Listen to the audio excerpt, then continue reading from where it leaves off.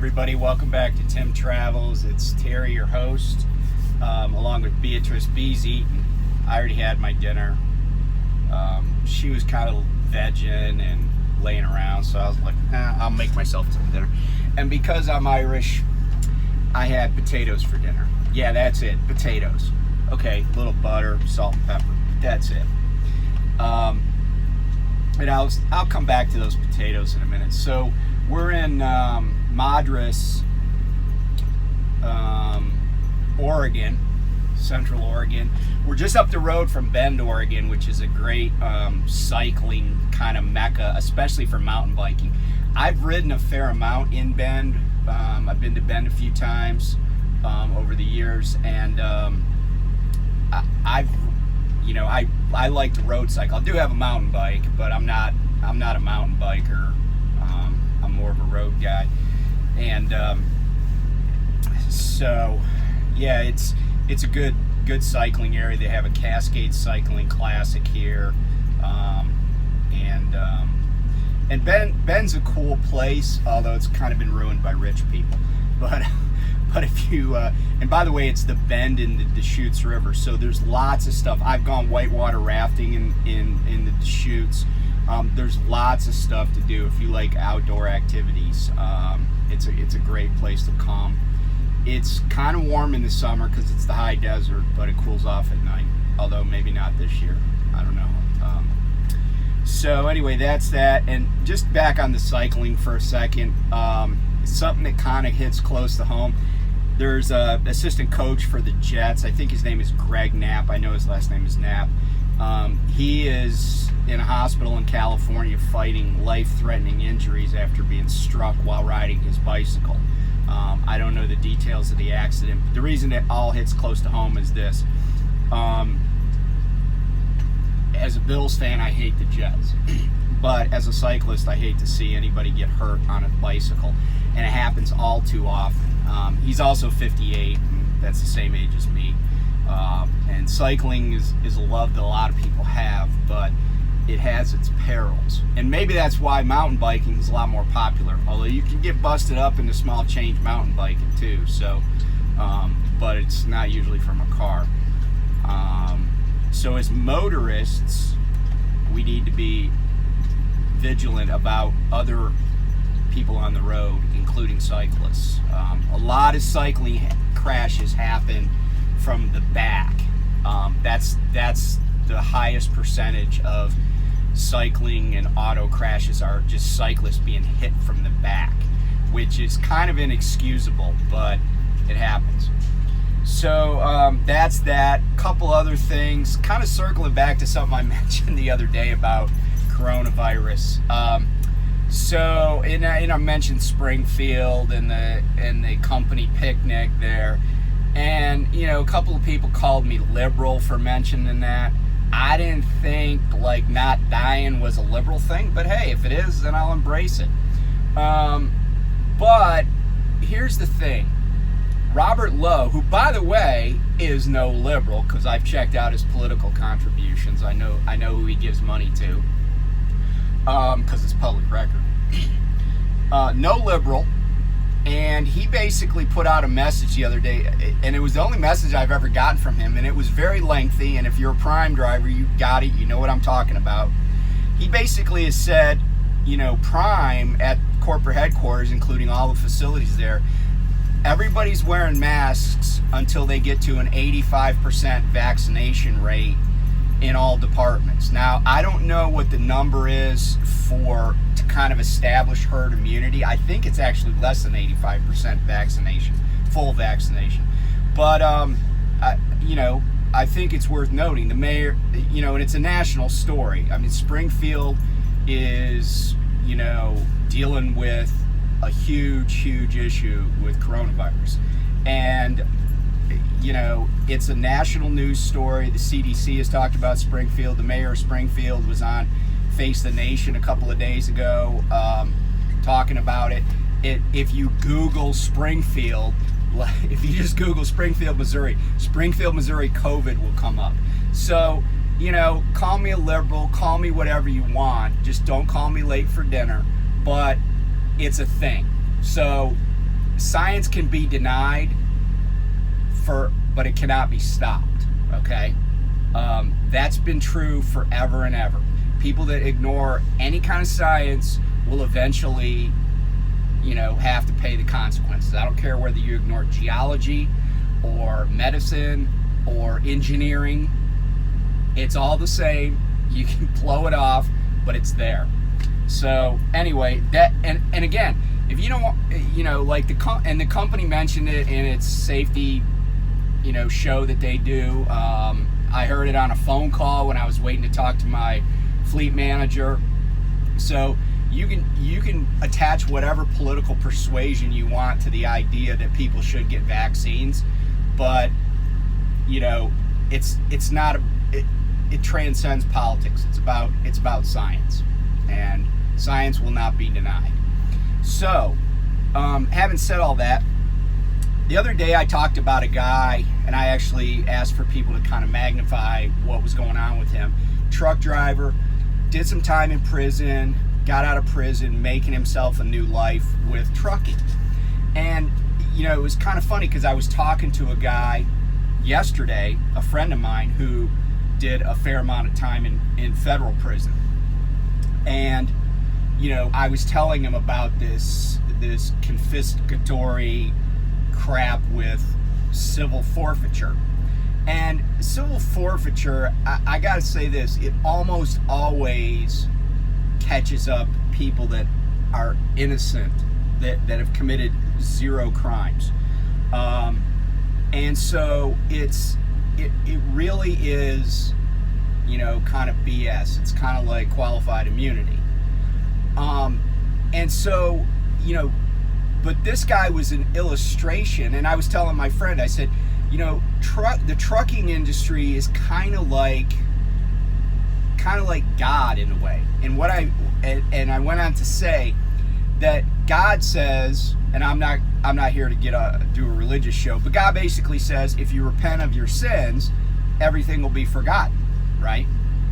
And it's kind of true in trucking, right? Like, if you've had a problem in the past, if you can show the passage of time and, not committing that offense any longer, whether it's drugs, whether it's bad driving, whatever, you can eventually get into this industry.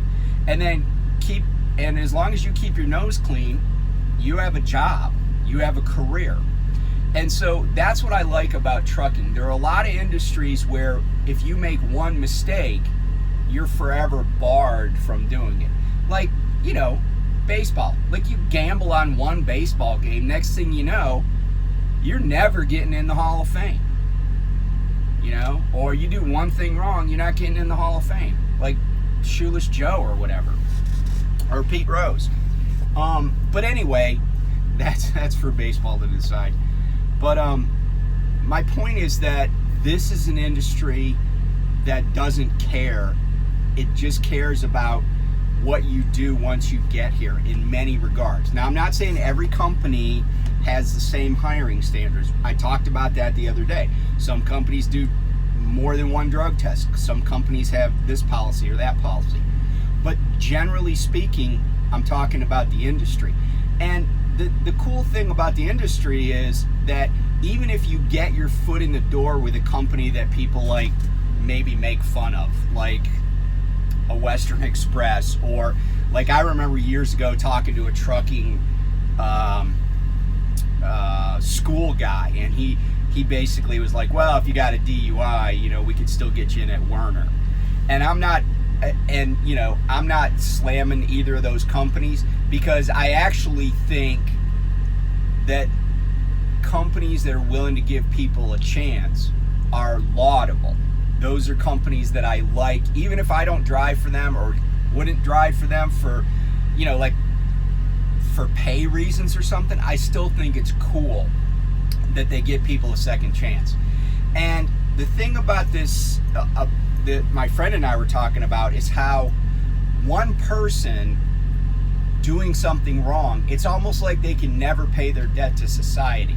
Like this gentleman that got his money confiscated. He was targeted and he got his money taken. It's like, yeah, he's paid his debt to society, except he hasn't.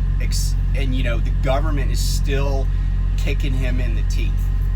So anyway, that's like my TED talk on that. I mean, I think it's pretty clear how I feel about crap like that.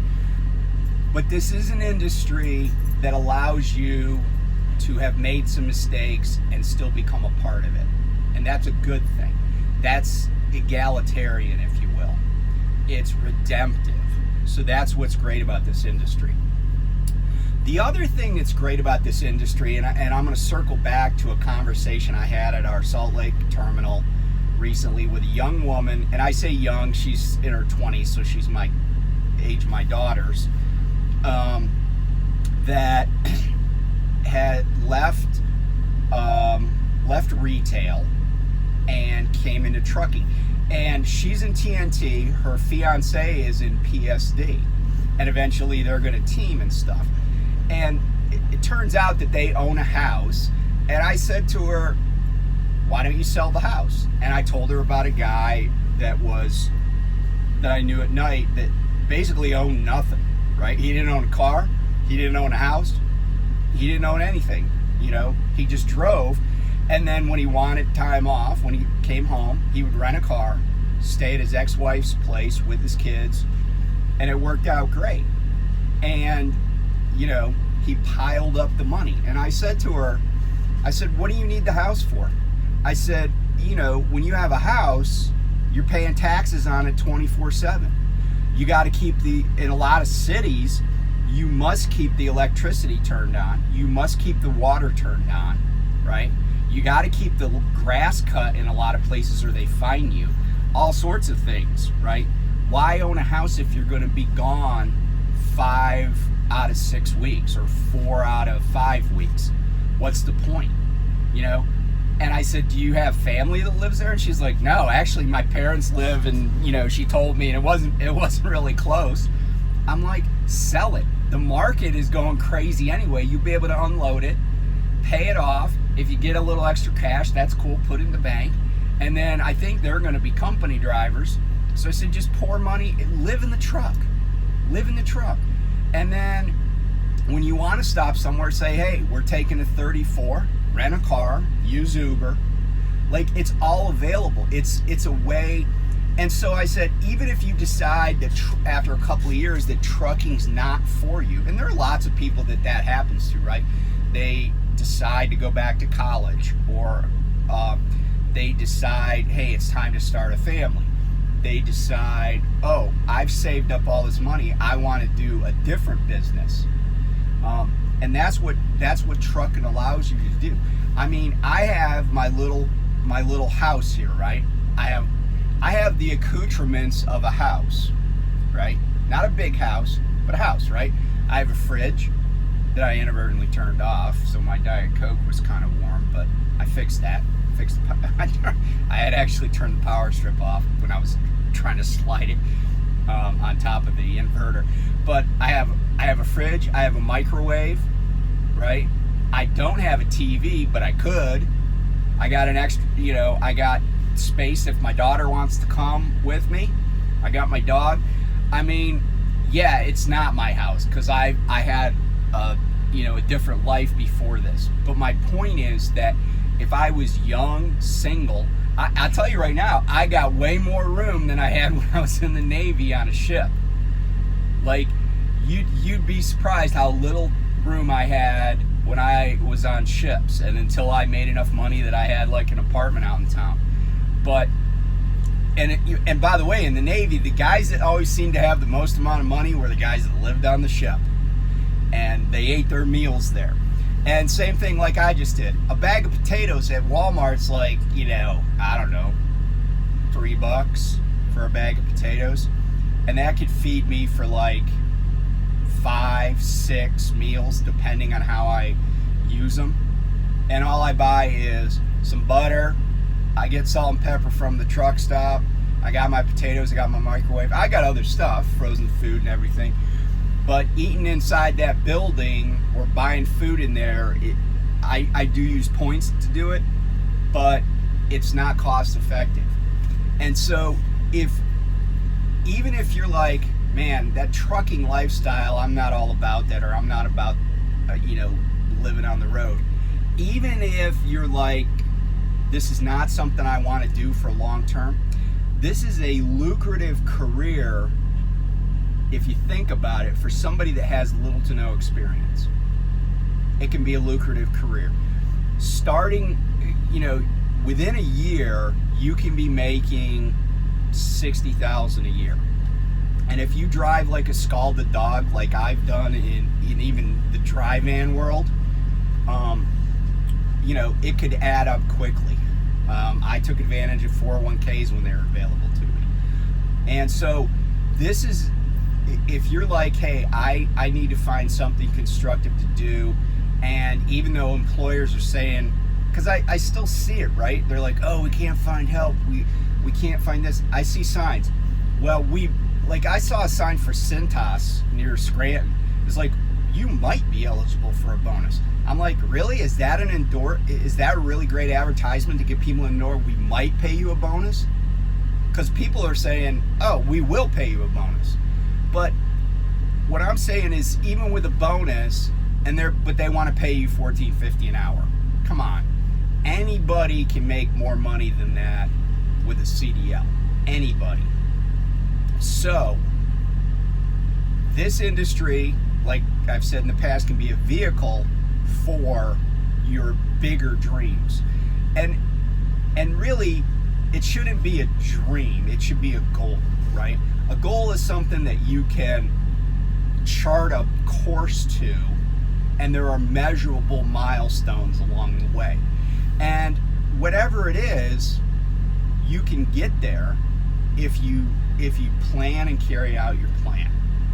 So my message is, if you're looking for something to do short term that's more lucrative than almost any job you can find that requires essentially zero education, like you could have dropped out of high school or dropped out of school in the 8th grade and make way more than the average American doing this job. And in fact, make way more than the average person graduating from college and starting work.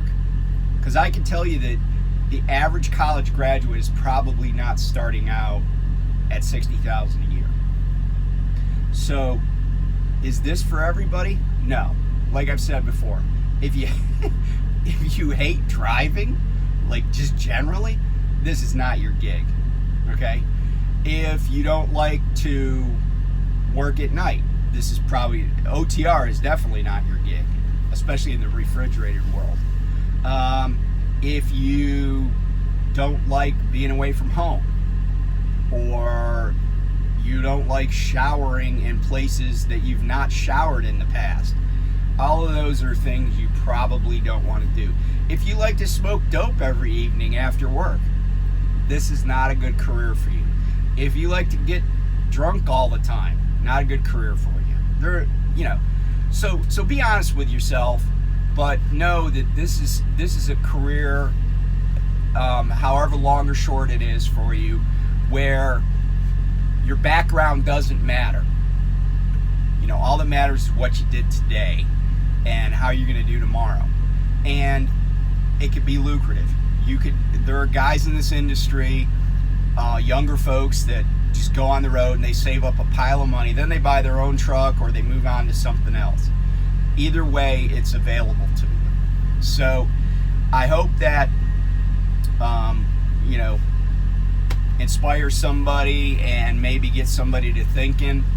And but anyway, I will catch up to you. We're on our way to California. We got to drop. I don't know when I'll get there. It's down by Bakersfield, but we'll get there eventually. I'm gonna go to the east of that bootleg fire, and it seems like all the, what am I saying? I'm going to the west of the bootleg fire. I'm keeping it to my east because then I will be on the windward side of it, meaning the wind is blowing across me towards the fire, pushing the smoke to the east. That's why I saw a lot of smoke in Idaho.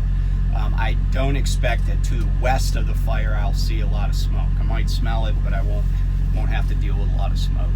And you know, right here, blue skies. So, because we're north of the fire. Anyway, hope you're doing well. Be safe, and we'll catch you next time on Tim Travels. Bye.